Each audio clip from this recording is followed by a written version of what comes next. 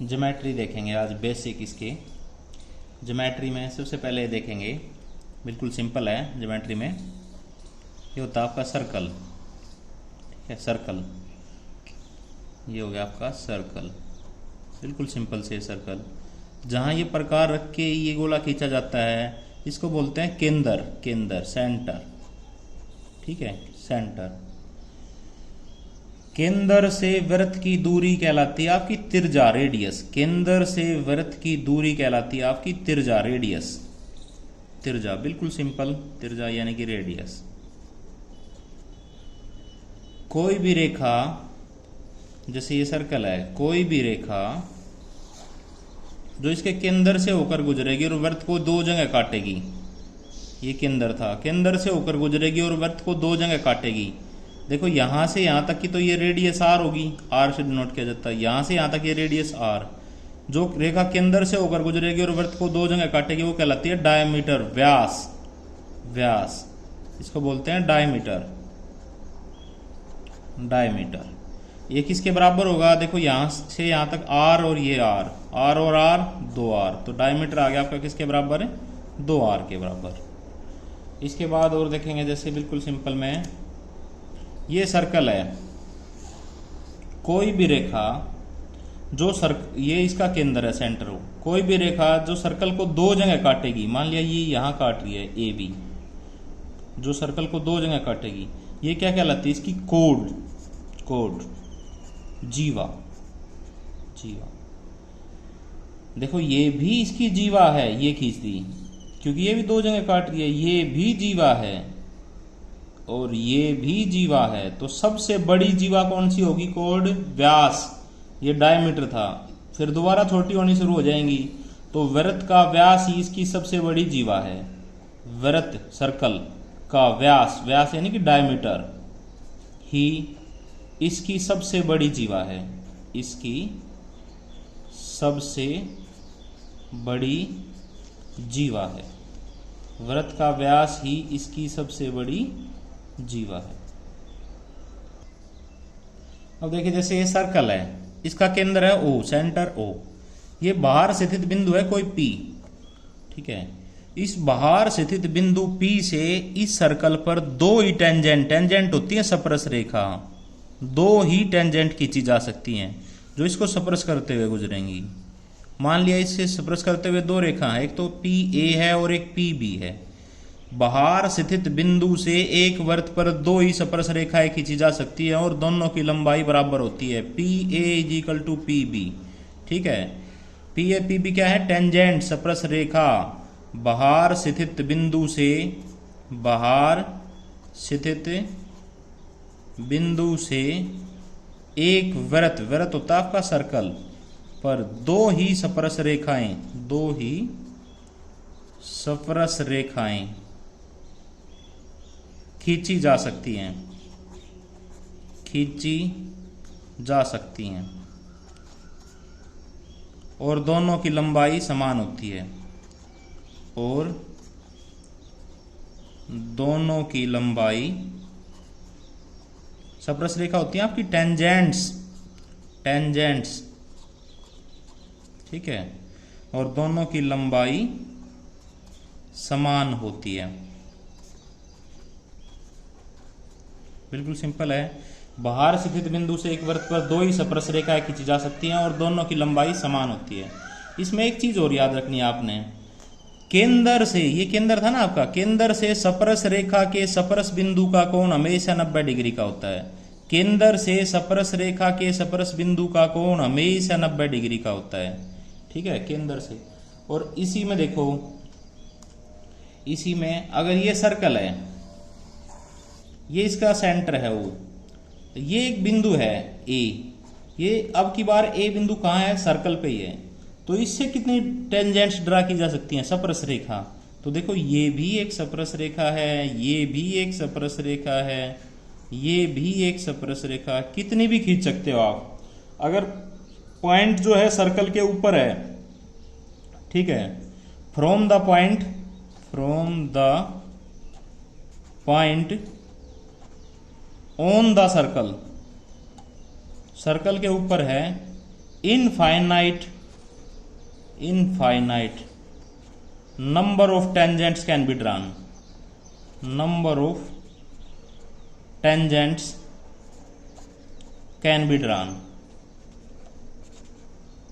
Infinite number of tangent स्पर्श रेखाएं, अनगिनत स्पर्श रेखाएं खींची जा सकती है अगर बिंदु कहाँ है, वृत्त के ऊपर है।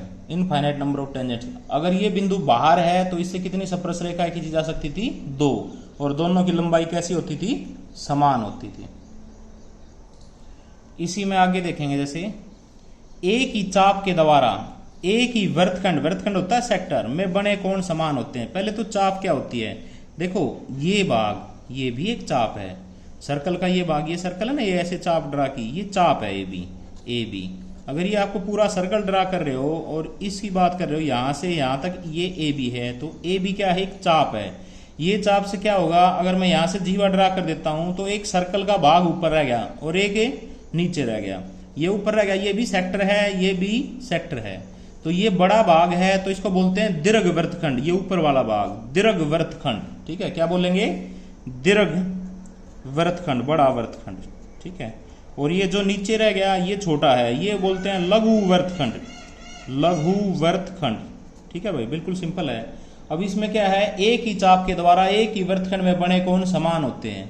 अगर आपने ये सर्कल ड्रा किया, ये सर्कल, ठीक है, इसका केंद्र ले लिया O, ये ए बी एक चाप ले ली, एक ही चाप, आर्क ले ली, ए बी चाप आर्क, इसके द्वारा एक ही वृत्तखंड, या तो ऊपर वाले भाग में बनाओ। देखो अभी मैंने बताया था जैसे 2 ही भाग बने हैं, यहां से अगर एक ये चाप ली है तो ये ऊपर वाला भाग ये होता है दीर्घवृत्तखंड बड़ा, और ये नीचे वाला छोटा लघुवृत्तखंड। तो एक ही वृत्तखंड का मतलब अगर या तो दीर्घ में बनाओ या लघु में बनाओ।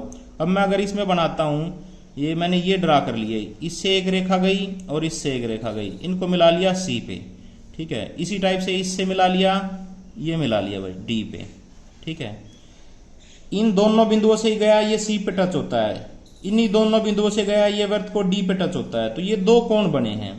तो ये अगर 20 डिग्री का है तो ये भी 20 डिग्री का होगा, ये अगर थीटा है तो ये भी थीटा होगा। क्यों होगा ये, क्योंकि ये चाप है ना ए बी, इस चाप के द्वारा एक ही वृत्तखंड में बने कोण समान होते हैं। इनको दोनों को लेकर कहीं भी ड्रा करोगे आप, अगर यहां और ड्रा कर दिया आपने, इन दोनों से रेखा होकर जाती है और यहां मिलता है, मान लिया ये बिंदु ई है, तो ये भी थीटा का ही बनेगा। एक ही चाप के द्वारा एक ही वृत्तखंड में बने कोण समान होते हैं। तो बिल्कुल क्लियर है आपको, जैसे ये सर्कल है, ये चाप ले लिया आपने ए बी, इस चाप के द्वारा कहीं भी कोण बना दो, आपने ये बना दिया। अगर ये थीटा है तो इधर ये बना दिया, ये भी कितने का होगा, थीटा का होगा। इन दोनों से होकर जाना चाहिए और वृत्त को टच करना चाहिए, ए बी सी और डी। एक ही चाप के द्वारा एक ही वृत्तखंड में बने कोण समान होते हैं। ये देखेंगे दूसरी प्रॉपर्टी है इसकी, एक ही चाप वही आर्क के द्वारा केंद्र पर बना कोण शेष भाग पर बने कोण का दुगना होता है। जैसे ये सर्कल ले लिया आपने, ये सर्कल, ठीक है, ये इसका सेंटर ले लिया, वो अभी बताया था सेंटर। ये इसकी क्या ले ली, एक चाप ले ली, ए बी चाप, ठीक है। ये 2 भाग बने, एक तो ऊपर वाला भाग है और एक ये नीचे वाला भाग है, ठीक है भाई। एक ही चाप के द्वारा, इस चाप के द्वारा केंद्र पर बना कोण, अगर आपने सेंटर पे ये कोण बना लिया, केंद्र पर बना कोण, इसी चाप से इन्हीं 2 से जाना चाहिए, वृत्त के शेष भाग पर बने कोण का दुगना होता है। इन्हीं 2 से लेकर ये ले लिया सी, ठीक है, ये था ओ आपका। अगर ये कोण थीटा का है तो ये कितने का होगा, 2 थीटा, क्योंकि इस चाप के द्वारा केंद्र पर बना कोण शेष भाग पर बने कोण का दुगना होता है। फिर देखेंगे आप, बिल्कुल सिंपल है। ये आपने जैसे सर्कल ले लिया, ये आपने चाप ले ली ए बी, इस चाप के द्वारा यहां पे अगर मैंने ये कोण बना दिया 20 डिग्री का, तो इसी चाप के द्वारा इन्हीं 2 से होकर रेखा जानी चाहिए, तो वृत्त के केंद्र पर कितने का बनेगा, 40 डिग्री का। समझ आ गया आपका कैसे, इस चाप के द्वारा वृत्त के शेष भाग पर बना कोण केंद्र पर बने कोण का आधा होता है, या ये कह सकते हो कि केंद्र पर बना कोण शेष भाग पर बने कोण का दुगना होता है। बात एक ही है। इसी में अगली प्रॉपर्टी देखेंगे, बिल्कुल सिंपल है। अर्धवृत्त सेमी सर्कल में बना कोण समकोण होता है, राइट एंगल होता है। ये कैसे है, देखो ये सर्कल ले लिया आपने, ठीक है भाई, ये सर्कल, इस सर्कल में ये केंद्र ले लिया सेंटर ओ, कोई भी रेखा जो केंद्र से होकर गुजरेगी वृत्त को दो जगह काटेगी, क्या कहलाती है? इसका डायमीटर, व्यास ए बी। जब आपने डायमीटर ए बी खींच दिया, जब भी डायमीटर खींचा जाएगा तो वृत्त के दो भाग बनेंगे, अर्धवृत्त, आधा वृत्त ऊपर रहेगा और आधा वृत्त नीचे रहेगा। इन दो बिंदुओं से होकर जाना चाहिए और वृत्त को कहीं भी कोई रेखा टच करेगी, देखो ये टच कर दिया मान लिया, और इसको यहां से ये टच कर दिया, तो ये बिंदु आ गया सी, ये हमेशा 90 डिग्री का होगा। इसलिए तो ये कहते हैं अर्धवृत्त में बना कोण समकोण होता है, राइट एंगल। जब भी इन दोनों बिंदुओं से होकर जाएगा, वृत्त को टच करेगा, ये डायमीटर है ना, तो आधा सर्कल ऊपर रह गया, आधा सर्कल नीचे रह गया। अर्धवृत्त में बना कोण हमेशा 90 डिग्री का होता है। अगली प्रॉपर्टी देखेंगे इसी में, चक्रीय चतुर्भुज साइक्लिक क्वाड्रिलेटरल के सम्मुख कोण का योग 180 डिग्री होता है, या ये कह सकते हैं opposite angle of a cyclic quadrilateral are supplementary. Supplementary होता है जिनका जोड़ 180 डिग्री होता है। साइक्लिक कैसे खींचा जाता है? देखो जैसे ये सर्कल है, ये सर्कल है, ये इसका केंद्र ले लिया, वो इस पे कहीं भी 4 बिंदु ले लिए, कहीं भी ये ले लिए, इनको मिला दिया, तो एक क्वाड्रिलेटरल बन गया, चतुर्भुज ए बी सी और डी। भाई चक्रीय चतुर्भुज है, ये चक्रीय है जब भी तो इसके चारों कोणों से क्या होकर जाता है? चक्कर होकर जाता है, इसलिए तो ये चक्रीय चतुर्भुज है।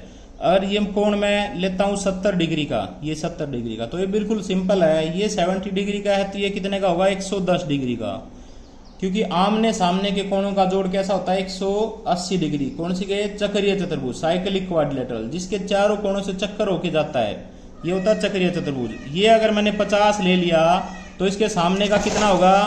130 डिग्री, क्योंकि चक्रीय चतुर्भुज के सम्मुख कोणों का जोड़ कितना होता है? 180 डिग्री होता है। इसी के साथ आपको पता होना चाहिए, देखो ये पैरेलल लाइंस हैं, पैरेलल लाइंस, ठीक है, पैरेलल लाइन जैसे रेल की पटड़ी होती है, पैरेलल लाइंस, तो इनको एक अगर तिर्यक रेखा काटती है, मान लिया ये ए बी और ये सी डी, आपकी ए बी पैरेलल है सी डी के, और इसको एक तिर्यक रेखा काटती है एल, तो देखो ये ऊपर वाला कोण इस ऊपर वाले कोण के बराबर होता है। ये आपने 20 डिग्री ले लिया तो ये 20 डिग्री होगा, ठीक है। ये कैसे होते हैं? मान लिया इस कोण का नाम आपने एक ले लिया, तो ये कोण नंबर 2 ले लिया, तो कोण 1 बराबर है कोण 2 होगा, ठीक है। इधर ये ऊपर वाला अगर आपने 3 ले लिया कोण, तो इधर ऊपर वाला 4 ले लिया, तो इधर ये 3 बराबर है 4 होगा। ये कौन से कोण होते हैं? आपके संगत कोण, कोरस्पॉन्डिंग एंगल, संगत कोण, कोरस्पॉन्डिंग एंगल, कोरस्पॉन्डिंग एंगल्स, ठीक है, बिल्कुल सिंपल है। ये होता क्यों है ये देख लेंगे। जैसे ये आपने 20 डिग्री लिया तो ये भी 20 डिग्री होगा। आपको पता है एक रेखा पे पूरा कोण कितने का होता है? 180 डिग्री का, 180 डिग्री का होता है भाई पूरा कोण। पूरा कोण जब 180 का होगा तो इधर कितना बच गया आपका? 160, इधर भी कितना बच गया? 160, इधर वाला इसके बराबर होगा। इसी टाइप से अगर ये पूरा देखूं मैं इस साइड, ये भी 180, तो ये क्या होगा? 160 होगा ये भी, क्योंकि इन दोनों का जोड़ भी तो कितना होगा? 180। तो यहां से क्या पता लगा? ये प्रॉपर्टी, दो समानांतर रेखा, ये पैरेलल है इसके, दो समानांतर रेखाओं के एक ही ओर के कोणों का जोड़ 180 डिग्री होता है। याद रखना। देखो फिर दोबारा देख लेंगे, ये दो पैरेलल लाइन है, अगर ये दो पैरेलल है, इसका और इसका जोड़ कितना होगा? हमेशा 180 डिग्री। ये 30 है तो ये भी कितना होगा? ऊपर वाला 30, ऊपर वाला 30 होगा। एक रेखा पर पूरा कोण 180, ये कितना बच गया? 150 डिग्री। दो समानांतर रेखाओं के एक ही ओर के कोणों का जोड़ कितना होता है? 180 डिग्री होता है। इसी में देखेंगे अभी जैसे आपको बताया, ये देखो ये पैरेलल लाइंस हैं, इनको एक ये रेखा काटती है भाई, पैरेलल लाइंस हैं, ठीक है। ये कोण बताया था आपको 1 और ये बता दिया था 2। इसी टाइप से ये बताया था 3 और ये बताया था 4। कोण 1 बराबर है कोण 2 और कोण 3 बराबर है कोण 4। ऊपर वाला ऊपर वाले के बराबर, इधर वाला इसके बराबर। इसी टाइप से नीचे वाला इसके बराबर होगा, ये नीचे वाला इसके बराबर होगा, ठीक है। ये होते हैं आपके संगत कोण, बताया था संगत कोण, कोरस्पॉन्डिंग एंगल, कोरस्पॉन्डिंग एंगल,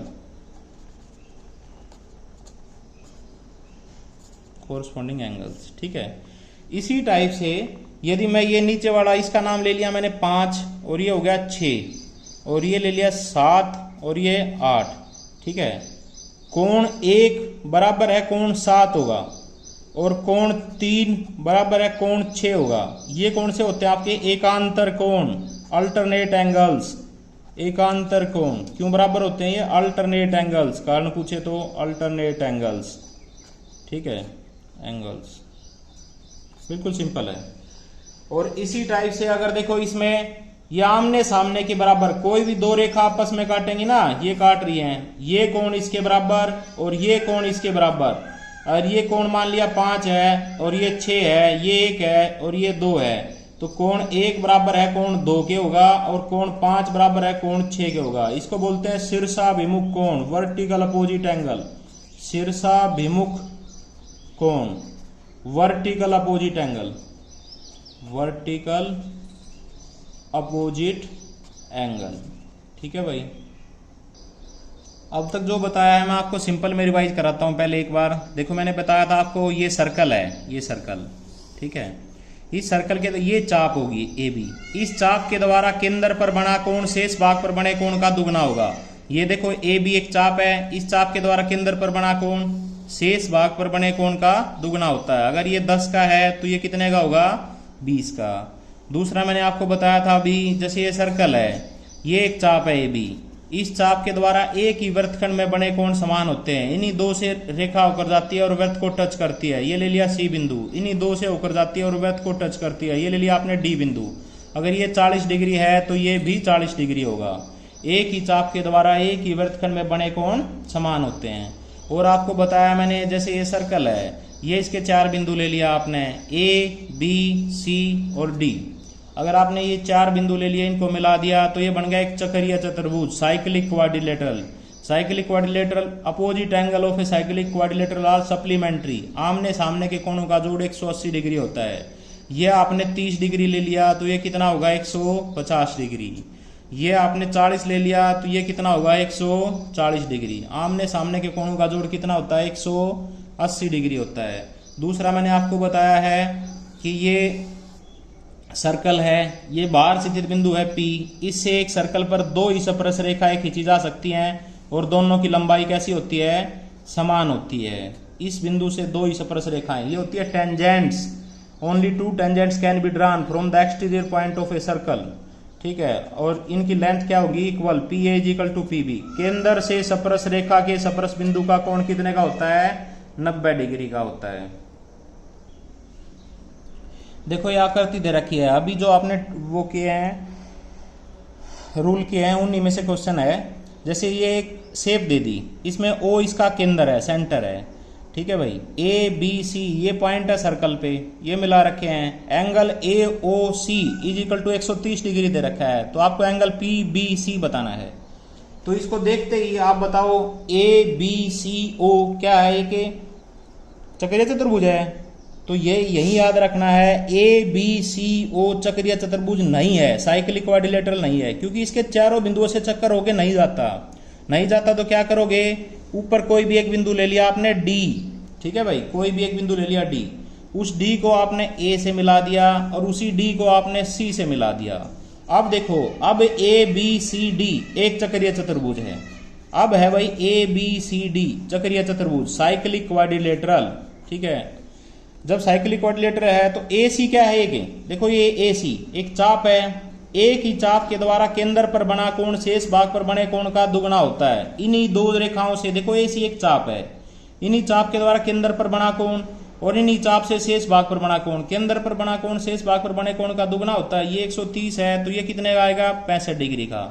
अब देखो ए बी सी डी चक्रीय चतुर्भुज है, आमने सामने के कोणों का जोड़ 180 अभी कराया था। ये 65 है, तो ये कितने का होगा? शाबाश, 115, क्योंकि चक्रीय चतुर्भुज के आमने सामने के कोणों का जोड़ 180 डिग्री होता है। अब देखो एक रेखा में पूरा कोण कितने का होगा? 180, इधर 115 का है, तो इन दोनों का जोड़ तो 180 होगा, तो इधर वाला कितना बच गया? 65 डिग्री। तो यहां से आपको पता लग गया angle P B C is equal to 65 degree आ गया। फिर देख लेंगे, बिल्कुल सिंपल है। सबसे पहले तो आपको ये याद रखना है, ए बी सी वो एक चक्रीय चतुर्भुज नहीं है, साइक्लिक क्वाड्रिलेटरल नहीं है, क्योंकि इसके इस बिंदु से चक्कर होके नहीं जाता। तो पहले कोई बिंदु डी लेंगे, डी को ए से मिलाया, डी को सी से मिलाया, अब हो गया ए बी सी डी एक चक्रीय चतुर्भुज। जब चक्रीय चतुर्भुज बन गया है तो ए सी एक चाप है, आर्क, एक ही चाप के द्वारा केंद्र पर बना कोण शेष भाग पर बने कोण का दुगना। ये 130 है तो ये 65 आ गया। आमने सामने के कोणों का जोड़ 180, ये 65 है तो ये 115। एक रेखा पर पूरा कोण 180 तो इधर 115 है तो ये रह गया 65। कोण PBC equal to 65 degree. Clear है बिल्कुल भाई। अब इसी पे बेस नेक्स्ट क्वेश्चन देखेंगे, इन्हीं पे रूल्स पे बेस्ड है। देखो ये एक शेप दे रखी है द्विआकृत में, वृत्त का डायमीटर AOB, O इसका सेंटर है, AOB इसका डायमीटर है, ठीक है भाई। उसके बाद है CD पैरेलल है, ये CD पैरेलल है किसके, AB के। यदि एंगल DAB इक्वल टू, इसको देख लेते हैं CAB, यहां देखो भाई CAB ये दे रखा है 25 डिग्री का, तो आपको CAD बताना है। तो बिल्कुल सिंपल है। पहले देखो जब भी सेंटर आ जाए ना कहीं भी और डायमीटर दे रखा हो, तो ये डायमीटर दे दिया आपके पास AB, तो हमेशा वो प्रॉपर्टी याद रखेंगे जो आपने की थी, angle in a semicircle is always right angle. अर्धवृत्त में बना कोण समकोण होता है। तो जब ये डायमीटर है तो आधा सर्कल ऊपर रह गया और आधा नीचे रह गया। आधा ऊपर रह गया तो यहां से देखो इन्हीं दो से जाना चाहिए, वृत्त को टच करना चाहिए। इन्हीं दो से गया, वृत्त को टच किया, तो ये कोण कितने का आ गया, 90 डिग्री का। भाई इसी से गया है और इससे ये गया है, ठीक है भाई। अर्धवृत्त में बना कोण 90 डिग्री आ गया। अब आपको क्या पता लगा, त्रिभुज के तीनों कोणों का जोड़ 180 डिग्री। त्रिभुज ABC एक त्रिभुज है, तीनों का जोड़ 180, ये 90 का है तो ये 25 का है, तो ये कितने का आ गया आपका पास, 65 का आ गया। क्लियर है भाई, 65। अब 65 में ये कितने का आ गया, शाबाश, ABCD क्या बन गया, ABCD एक चक्रीय चतुर्भुज। ABCD चारों कोणों से चक्कर होके जाता है, साइक्लिक क्वाड्रिलेटरल चक्रीय चतुर्भुज। जब ये चक्रीय चतुर्भुज है तो आमने सामने के कोणों का जोड़ है 180, ये 65 है तो 115 आ गया। आपको बताना कौन सा है, CAD, ये बताना है भाई। तो इसको बताने के लिए आपको कम से कम ये और चाहिए। ये निकालने के लिए क्या करें, देखो पैरेलल भी तो दे रखी हैं, AB पैरेलल है किसके, CD के। इसको मैं अगर आगे बढ़ाता हूं और इसको भी आगे बढ़ाता हूं तो देखो ये 25 है तो ये ऊपर वाला 25 होगा भाई, संगत कोण। ये 25 है तो ये 25 होंगे शीर्षाभिमुख कोण, या डायरेक्ट इसको ये और ये 25 बराबर होंगे, अल्टरनेट एंगल्स। अब तीनों का जोड़ CAD में 180, ये 25 है और ये 115 है, तो ये कितना रह गया, 40 डिग्री। क्योंकि इन तीनों का जोड़ भी कितना होगा, 180 डिग्री। मैं दोबारा बता देता हूं, बिल्कुल सिंपल है। यहां देखेंगे ये डायग्राम दे रखा था, जब इसमें डायमीटर दे दिया तो डायमीटर देते ही पहले देखोगे AB डायमीटर है तो अर्धवृत्त में बना कोण 90 डिग्री का होता है। Angle in a semicircle is always right angle, तो ये इन दो से होकर जानी चाहिए, वृत्त को टच करे, ये कोण आ गया 90 डिग्री का। अब इस त्रिभुज में तीनों का जोड़ 180, ये 90 है, ये 25 है, तो ये 65 65 रह गया। अब देखो ABCD चक्रीय चतुर्भुज है, आमने सामने के कोणों का जोड़ कितना होगा, 180, ये 65 है तो ये कितना होगा, 115, ये तो आ गया। अब CAD में ये 115 आ चुका है, AB पैरेलल है CD के, ये 25 है। अगर इन दोनों को मैं आगे बढ़ाता हूं, ये ऊपर वाला 25 होगा कोरस्पॉन्डिंग एंगल, ये 25 है तो इसके सामने का ये 25, या डायरेक्ट ये और ये भी ले सकते हो अल्टरनेट एंगल।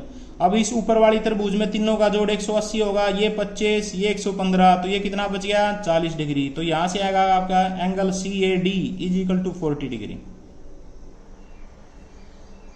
यदि ये वीडियो आपको अच्छे लगे हों तो प्लीज़ सब्सक्राइब कीजिए और शेयर कीजिए, और नीचे लिंक में और वीडियो भी दिए गए हैं। अगर आपको पसंद आए तो प्लीज़ सब्सक्राइब कीजिए, शेयर कीजिए।